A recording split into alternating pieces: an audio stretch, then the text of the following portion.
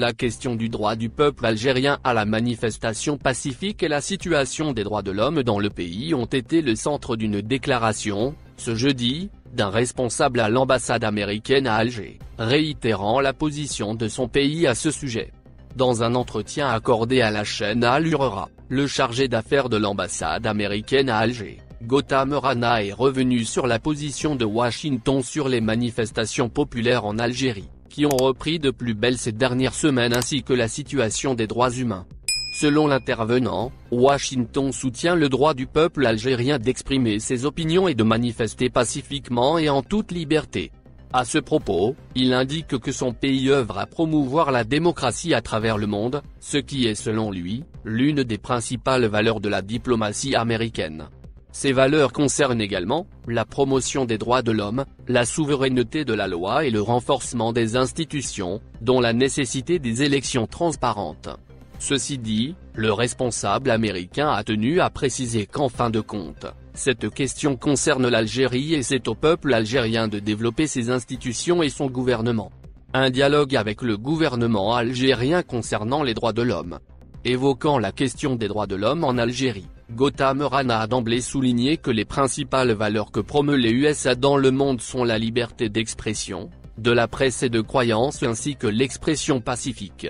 Il a ensuite indiqué que le rapport des affaires étrangères des États-Unis a déjà abordé cette question, annonçant à l'occasion qu'il y a un dialogue avec le gouvernement algérien concernant les droits de l'homme, ce qui est une partie prenante du renforcement des relations bilatérales entre les deux pays. Pour rappel, dans son 45e rapport annuel sur la situation des droits de l'homme à travers 198 pays dans le monde publié le 30 mars 2021, le département d'État américain a évoqué la détention arbitraire, les prisonniers politiques, le manque d'indépendance et d'impartialité judiciaire, l'ingérence illégale dans la vie privée, de graves restrictions à la liberté d'expression et de la presse, y compris les lois pénales sur la diffamation, les arrestations de journalistes et le blocage de sites. Le document a également fait état des ingérences substantielles dans les libertés de réunion et d'association pacifique, le refoulement de réfugiés vers un pays où ils seraient menacés pour leur vie ou leur liberté, la corruption, l'absence d'enquête et de responsabilité pour la violence à l'égard des femmes.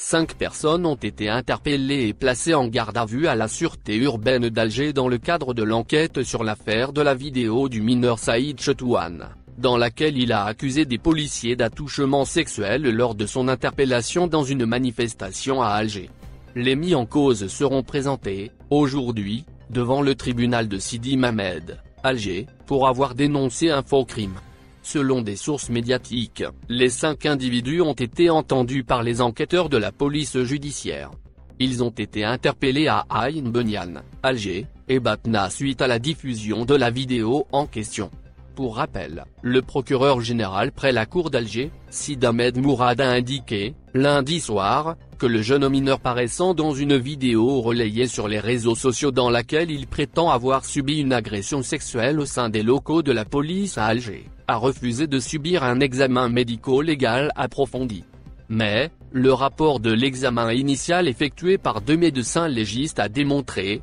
selon le procureur, que la victime n'a pas subi d'agression sexuelle. Suite à la vidéo relayée sur les réseaux sociaux et par certains médias concernant des allégations d'une agression sexuelle dont aurait été victime le jeune mineur, le jour de sa participation, samedi 3 avril 2021, à une manifestation non autorisée, et au vu des interprétations et interrogations suscitées, le parquet de la République près le tribunal de Sidi Mamed a donné des instructions pour la convocation du mineur en question en compagnon de son tuteur, a expliqué le représentant du parquet près la cour d'Alger, lors d'une conférence de presse. Ainsi, dans le cadre de cette affaire, le mineur a été examiné, ce jour même, par 2 autres médecins au niveau du service de médecine légale au CHU Mustapha Bacha, ajoutant que le concerné a refusé de se soumettre à un examen approfondi et nous respectons la décision de tout citoyen. Nous ne pouvons pas l'obliger à un tel examen, surtout en présence de sa mère.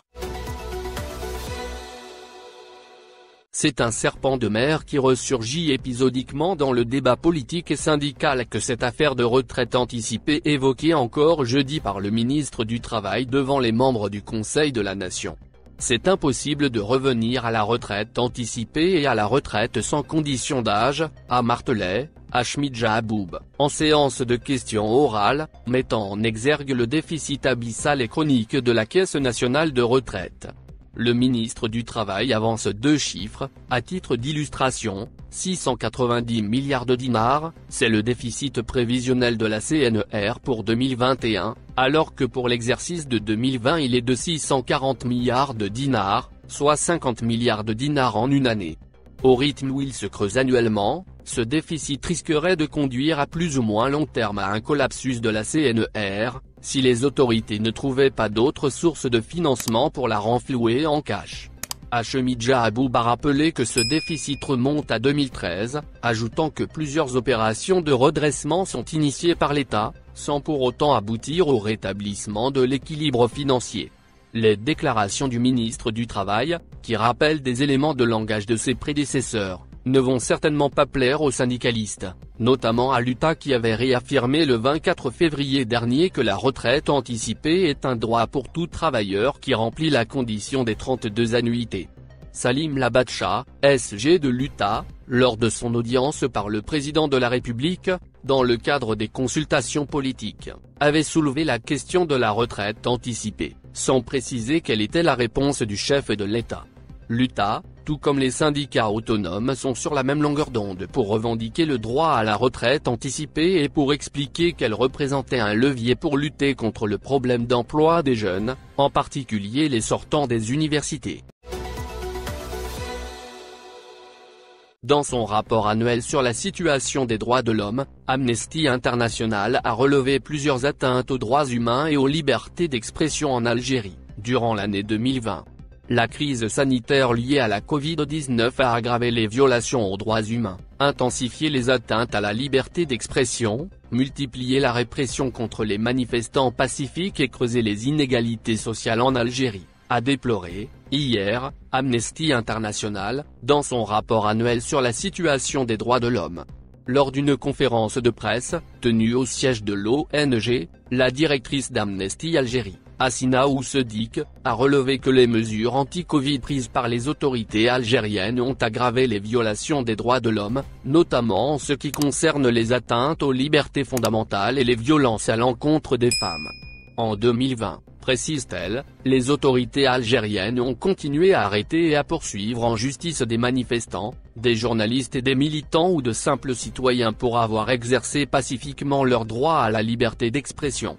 Certains poignets ont été placés en détention les exposant au risque de contracter la Covid-19, a regretté Hassina Oussedik, en déplorant, par ailleurs, que les autorités ont même profité de la crise sanitaire pour multiplier les arrestations contre des militants, des journalistes et des citoyens pacifiques, durant la même période. Si la conférencière a évoqué une avancée, après la libération de plusieurs détenus d'opinion ayant bénéficié de la grâce présidentielle, en février dernier, d'autres détenus d'opinion continuent, cependant, de croupir en prison pour avoir exprimé leur opinion, notamment sur les réseaux sociaux. L'ONG appelle à leur libération immédiate et sans condition. Le 18 février 2021, le président Abdelmadjid Tebboune a annoncé une grâce présidentielle en faveur des détenus .e.s du Irak. Du 19 au 25 février 2021, 59 personnes arrêtées arbitrairement pour avoir exprimé leurs opinions ou manifesté pacifiquement ont été libérées. D'autres sont encore en détention uniquement pour avoir participé au Irak ou pour des publications sur les réseaux sociaux critiquant les autorités, a déclaré Hassina Oussedik. Amnesty International a appelé, à ce propos, les autorités algériennes à rompre avec leurs pratiques répressives en matière de liberté fondamentale et à réformer la législation nationale, afin de garantir une justice indépendante et équitable pour toutes et tous. La directrice des Algérie s'est également attardée sur les allégations de torture et autres mauvais traitements qui ont défrayé la chronique ces dernières semaines non sans provoquer un tollé au sein de l'opinion publique.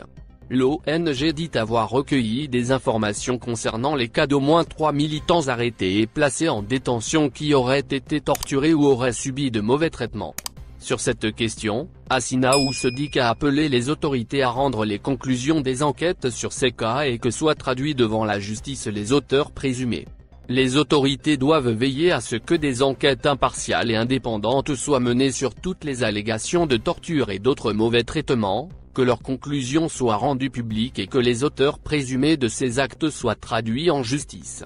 L'ONG somme, également, les autorités à rendre les conclusions des enquêtes sur les circonstances de la mort de Mohamed Hamalt, de Kamel Eddine Efkar et de Ramzi Yetou. À notre connaissance, à ce jour, aucune conclusion n'a été rendue publique, a regretté Hasina Oussedik. Au chapitre de la liberté de la presse, le document D a relevé plusieurs atteintes, notamment le blocage de l'accès à plusieurs sites d'information, en 2020, ayant publié des articles sur la pandémie de Covid-19 et les manifestations pacifiques.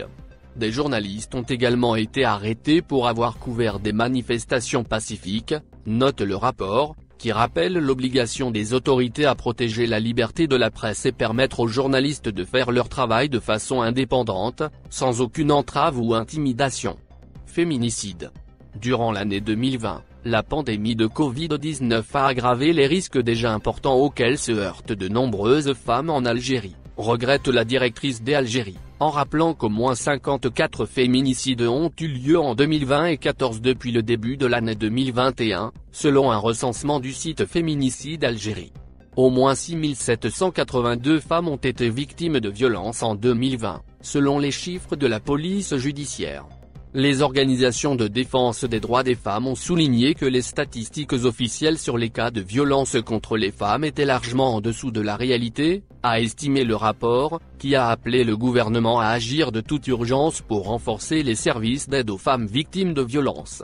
Les associations de défense des droits des femmes se sont fortement mobilisées pour dénoncer les féminicides et les violences contre les femmes en Algérie, tandis que les autorités n'ont pris aucune mesure pour protéger les victimes de ces violations des droits humains. Le gouvernement doit agir de toute urgence pour renforcer les services d'aide aux femmes victimes de violences et mener des campagnes de sensibilisation des citoyennes et citoyens contre les violences liées au genre, a déclaré Hasina Oussedik.